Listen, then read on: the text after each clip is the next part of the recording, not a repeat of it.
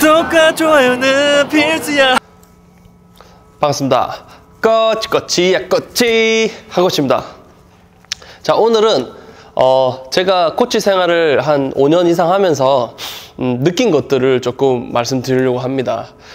보통 이제 유튜브를 보시면 자세나 뭐 이런 것들을 위주로 많이 보시고, 뭐 몸이 어떻게 돼야 되고 몸을 어떻게 써야 되고 이런 거에 대해 많이 보시잖아요. 근데 그거보다 더 중요시하고 생각하고 넘어가야 할 게 있습니다.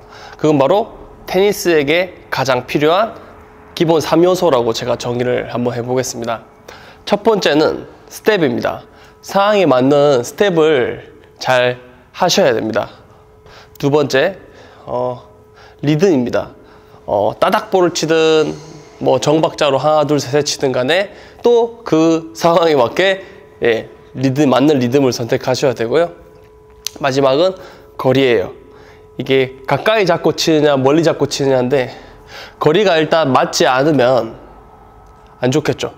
네, 그래서 이 세 개는 예를 들어서 카메라라고 생각하는 경우는 뭐 ISO 조리개 값 막 이런 것들 있잖아요.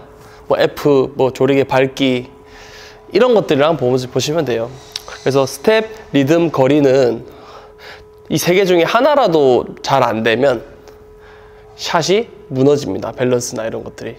그래서 예시를 좀 들어볼게요. 먼저 스텝이 안 되는 경우.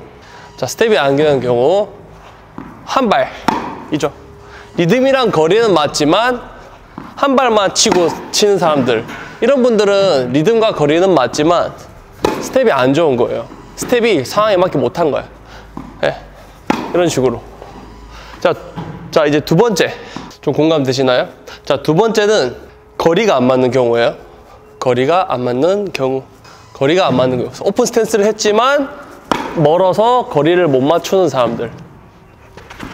잔발을 치고 뭘 했지만, 잔발도 치고 스텝도 많이 치지만 리듬도 맞지만 거리가 안 맞아서 라켓이 계속 프레임에 맞는 경우. 그래서 초보자들 같은 경우에는 보통 이렇게 많이 에러를 하십니다. 네, 초보자들 같은 경우에는 이 거리를 못 맞추는 경우가 대부분이에요. 그래서 한 4개월 좀 지나야 좀 더 잘 맞추고 안정감 있게 랠리가 되시더라고요. 그래서 레슨을 하다 보면 늘지만 좀 더 디테일하게 잡아줘야 되는 것들입니다. 그리고 마지막 리듬이 안 맞으면 어떻게 되냐면, 자, 거리랑 스텝은 맞아요. 근데 리듬이 안 맞아.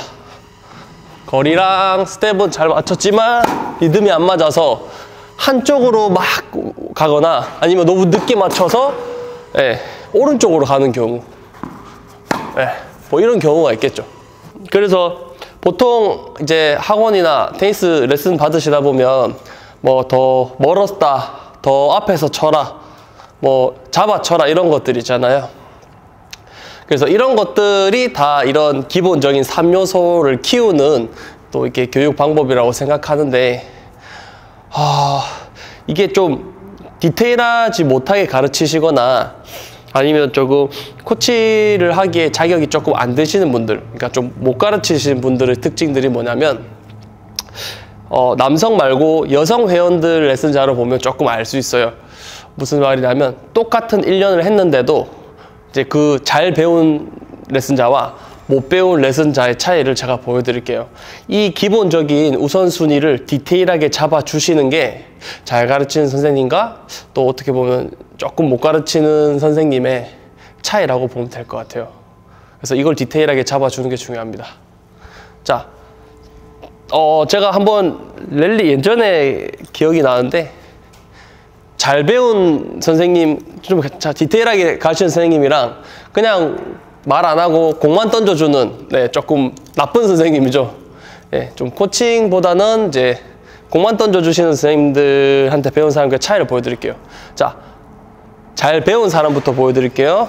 잘 배운 사람은 딱 가서 스텝, 리듬, 거리가 잘 맞아요. 그래서 하나, 둘, 셋, 스윙. 안 되네. 다시. 뭐 이런 식으로 하나, 둘, 셋, 스윙. 그러니까 미리 가서 기다렸다가 공이 오면 잡아서 딱 몸에 힘을 쓰는 거. 핵심이 뭐냐면 몸에 힘을 쓸 수 있는 사람이에요. 이렇게 가서 멈추고 땅 이렇게 몸의 힘을 쓸 수 있는 사람, 그리고 못 치는 사람, 예, 잘 못 배운 분들의 특징이 이거예요. 일단 자세도 안 좋지만 이렇게 쳐요. 랠리는 되는데 뭐 이런 식으로 치는 거죠. 리듬이 일단 안 맞고 거리도 안 맞지만 어거지로 이렇게 쳐요. 자세가 하나도 안 좋아. 좀 극단적이긴 한데, 예, 진짜 이게 남성분들보다는 여성분들이 이제 뭐 초등학교, 중학교 어릴 때 이런 테니스나 이런 이렇게 운동들을 많이 구기 종목으로 못 하시기 때문에 여성분들에서 좀 차이가 나요. 남성분들은 조금 이런 것들을 기본 바탕이 좀 깔려 있잖아요. 살아오면서 운동을 하니까. 그래서 이렇게 차이가 많이 나요. 이렇게 기본 3요소가 당연하지만 더 디테일하게 잡아주지 않으면 이렇게 돼요. 그리고 기본 3요소가 잘 되신 분들은 랠리 나가시잖아요. 그러면 혼자서 알아서 늘어요. 랠리를 할수록. 하지만 이거를 못 잡아주신 분들, 이 3요소가 안 되시는 분들은 할수록 늘지 않고 정체됩니다. 정체돼요. 그러니까 어느 정도 넘길 정도는 돼.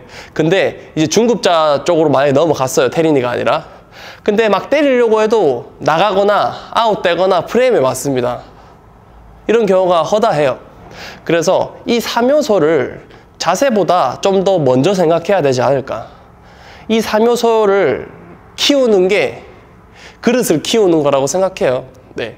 그래서 이 3요소나 자세나 이런 것들을 큰 그릇이라고 생각하시고요. 내가 나가서 치고 경험하는 것들, 랠리하고 게임하는, 선생님 없이 혼자서 이제 노는 거 있잖아요.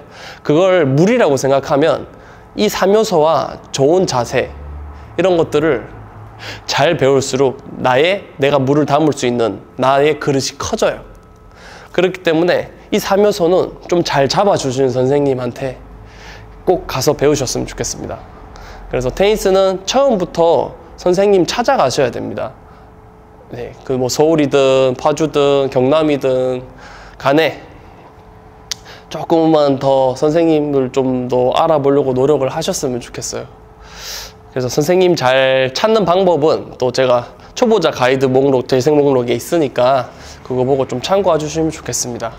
그래서 오늘 이렇게 기본 3요소가 조금 대해서 조금 강조하고 싶었고, 제가 레슨을 하면서 많이 느꼈던 것들이에요.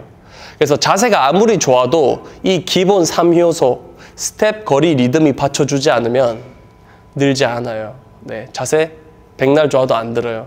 오픈부 가도 자세 이상해도 우승하시는 분들 보면, 네, 이 기본 3요소가 월등히 뛰어납니다. 네. 반사신경이 뭐 좋아서 발리를 잘하는 경우도 많고요. 반사신경까지 4요소로 넣을 수도 있겠네요. 발리 할 때 탁 공을 보고 빨리 움직이는 거, 이건 타고나야 되는 거거든요. 어느 정도 수준 가면 타고나야 됩니다. 네. 그래서 이런 기본적인 능력치들을 키우는 훈련들을 이제 스포츠 프로들은 많이 하죠. 뭐 공을 주고 받는다든지, 스텝 연습을 한다든지, 거리감 연습한다든지, 리듬 연습한다든지, 그런 것들도 뭐 참고하면 좋을 것 같습니다. 네. 핫코치는 여기서 인사드리겠습니다. 감사합니다. 꺼치 핫코치입니다. 감사합니다.